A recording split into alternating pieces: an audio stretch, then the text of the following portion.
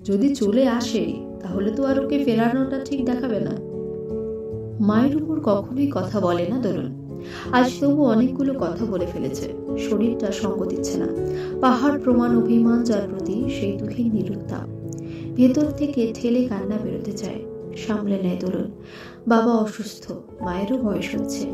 দোলনের emotion সামাল দেওয়ার সময় এখন তাদের নয়, বরং সন্তান হিসেবে মা বাবার শরীর ও মনের খেয়াল দোলনের রাখা উচিত। চোখের কোণে চলে আসা জল মুছে পাশ ফিরে শুয়ে চোখ বুজে দোলন। এত বড় বোনের গায়ে হাত তুলছিস তুই? কোন ভদ্রবাড়ির মেয়ে রাত 12টায় বাড়ি ফেরে?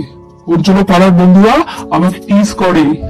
বাড়িতে যখন হাড়ি চড়ে না তখন তোর কোন বুদ্ধি এসে হাড়ি চড়ায় রে দাদা? আমি দিন রাত টিউশন পড়িয়ে গান শিখিয়ে স্টেজ শো করে সংসার চালাই। কি মনে করিস তোর ওই 6,000-এ সারা মাস চলে? তাও যদি 6,000টা সংসারে দিতিস, ওই মেয়েটাকে ফুটালে দেখাবে কি করে? আবার এত বড় বোনের গায়ে হাত দিস, লজ্জা লাগে না তোর? কথাগুলোয় হাতে ঘা লাগে সনদের। তেলে যায় বোনের দিকে। মা প্রমিলা ঘোষ দুজনের মাঝখানে এসে পড়ায় সরে আসে সনদ। তোদের পায়ে পড়ি বাবা, নিত্যদিনের এই অশান্তি সত্যি ভালো লাগছে না। স্টেজ শো থাকলে ওই দিনগুলো বোনের একটু দেরি হয়। তুই তো জানিস মেয়েটা কত পরিশ্রম করে। ওর বিয়ে করে সংসার পাতার বয়সে ও আমাদের টানছে। মায়ের কথায় আরো ফুঁসে ওঠে সনদ। 1 মাসের মধ্যে ওকে আমি বিয়ে দেবো মা, এই তোমাকে বলে রাখলাম। ডান হাতে 2 আঙ্গুলে তুড়ি বাজিয়ে সনদ কথাগুলো বলে ঘর থেকে বেরিয়ে যায়। বিয়ে দেবে আমার, খাবি কি? রাগ আর কান্না মেশানো ভাঙা গলায় কথাটা বলে শ্রীময়ী। চুপ কর মা, চুপ কর। শ্রীময়ী চুপ কর মা, চুপ কর। শ্রীময়ীর পাশে বসে ওর একটা হাত ধরে মুখের কাছে এনে আদর করেন প্রমিলা। এসো রজত, এসো। দোলুমা, রজত এসেছে। দোলন তৈরি হয়ে অপেক্ষায় ছিল সন্ধ্যে 6টায় ডাক্তার। রজত ফোনে বিকেলে জানিয়েছে সে আসবে, দোলনকে ডাক্তারের কাছে নিয়ে যাবে। দোলন একটি নীল এবং হলুদ মেশানো 3 পিস পরেছে। কোন রকমের চুল আছড়ে একটা ছোট্ট কালকে দিয়েছে কপালে।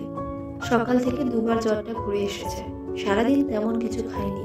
অসম্ভব তেতো লাগছে সব খাবার। দুপুরে মা একটু সেদ্ধ ভাত ঘিয়ের সাথে চটকে মুখে দিয়েছিলেন। বমি হয়ে গেছে তারপর পরই। এসো, আমাকে ধরে উঠো। নিজের খাটে তৈরি হয়ে বসেছিল দোলন। রজতের বাহুটা শক্ত করে ধরল। শরীরে 1 ফোঁটা বল অবশিষ্ট নেই। যাও বাবা, দেরি করো না, 6:45 এখানেই বাজে। তলায় সিঁড়ি দিয়ে নেমে একতলায় শু র্যাকের কাছে আসতেই দেখলো মেইন গেট দিয়ে তুহিন ঢুকছে। হঠাৎ বিনা খবরে তুহিনকে দেখে অবাক হলো 3 জনই। তুহিনের চোখে চোখ পড়তেই রজতের বাহু থেকে হাতটা সরিয়ে নিল দোলন। দুপুরেই ফোনে বলেছিল 6টা থেকে ডাক্তার। কিন্তু তখন তো কিছু বললে না বাবা। তখন কিছু বেকারি ওরিয়েন্টেড কাজ পেন্ডিং ছিল। আই ওয়াজ নট শিওর আসতে পারবো কিনা। যাই হোক, দোলন এসো, গাড়িতে বসো, লেট হয়ে যাবে না হলে। তুহিন হাত বাড়াতে হাতটা ধরল অসুস্থ দোলন। আর চোখে একবার রজতের মুখের দিকে তাকালো। চোখ পড়ে গেল রজতের চোখে। ভাবলে সেন দেখালো রজতের মুখ। দোলনকে নিয়ে গাড়ি স্টার্ট দিয়ে চলে গেল তুহিন। তুহিন দোলনের বর, দোলনের সমগ্র সত্তার অধিকারী। আন্টি, তাহলে আমি এখন আসি? মুখে মৃদু হাসি আনার চেষ্টা করে রজত বলল। শুধু মাথা নাড়িয়ে সম্মতি জানালেন দোয়েল বসু।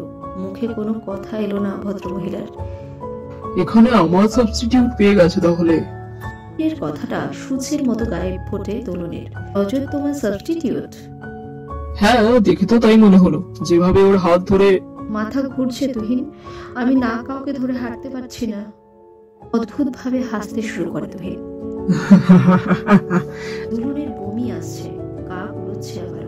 ব্যাগ থেকে গোলাপি ছড়ানো মুখের বোতলটা বের করে জল খায় দিল। উঠে বসে দিল। ফোনটায় ভাইব্রেশন হয়। হোয়াটসঅ্যাপে মেসেজ ঢুকেছে। কি বললেন ডাক্তার? টেস্ট লিখে দিয়েছেন, ইনফেকশন হতে পারে।